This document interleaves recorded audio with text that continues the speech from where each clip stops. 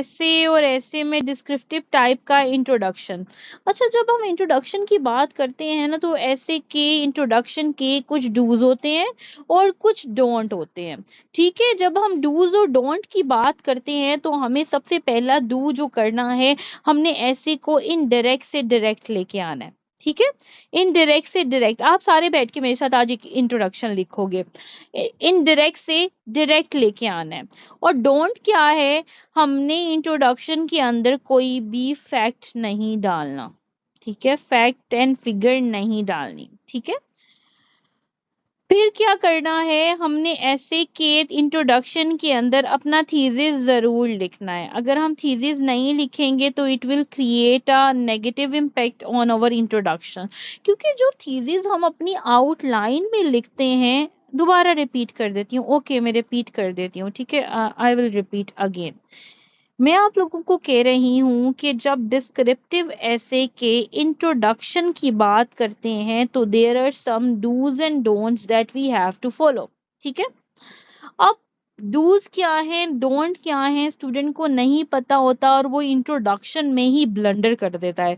तो हमने इतना एफर्ट करना है कि हमारा इंट्रोडक्शन, हमारी कंक्लूजन, हमारा थीसिस, हमारी आउटलाइन बिल्कुल प्योर हो, उसमें कोई मिस्टेक ना हो, एक एग्जामिनर कोई मिस्टेक ना निकाल सके। ठीक है, तो बिलीव मी, ये चीज़ें उसको बेहतर लगेंगी। आपका ऑब्वियसली जब आप इस पे एफर्ट करोगे तो आपका पूरा ऐसे ही एक रिफ्लेक्शन ऑफ योर थॉट होगा ना, तो एग्जामिनर उस चीज से इम्प्रेस होकर आपका ऐसे पास हो जाएगा।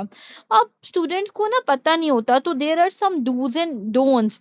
हमने सबसे पहले ना अपने ऐसे को जो इंट्रोडक्शन स्टार्ट करना है, हमने इनडायरेक्ट टू डायरेक्ट करना है। मैं बताती हूँ किस तरह, अभी मैं उस पर नहीं जा रही, बस आपको बता रही हूँ कि क्या करना है क्या नहीं करना। और हमने क्या नहीं करना, हमने फैक्ट्स नहीं डालने। जैसे फॉर एग्जाम्पल, हम क्लाइमेट चेंज पे बात कर रहे हैं। अब मैं इंट्रोडक्शन में शुरू में ये नहीं कह सकते कि average temperature of the earth according to the W health organisation जो है वो 2 डिग्री सेल्सियस से ऊपर चला गया है। COP27 ये कह रही है, COP26 ये कह रही है।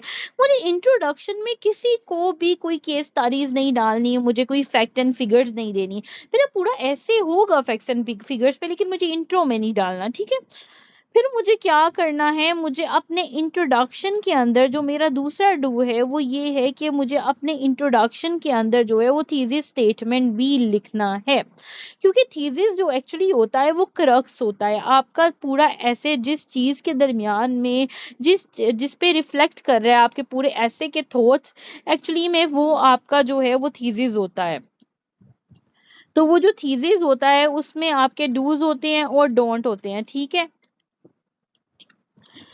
तो उसमें आपने अपने ऐसे के इंट्रोडक्शन में पहला तो इनडायरेक्ट टू डायरेक्ट जाना है। ठीक है, फिर दूसरा आपने क्या करना है, दूसरा आपने जो है अपना थीसिस लिखना है, आपने फैक्ट्स एंड फिगर्स नहीं डालने। ठीक है, और तीसरा क्या है, फिर आपने अपने थीसिस को जो है वो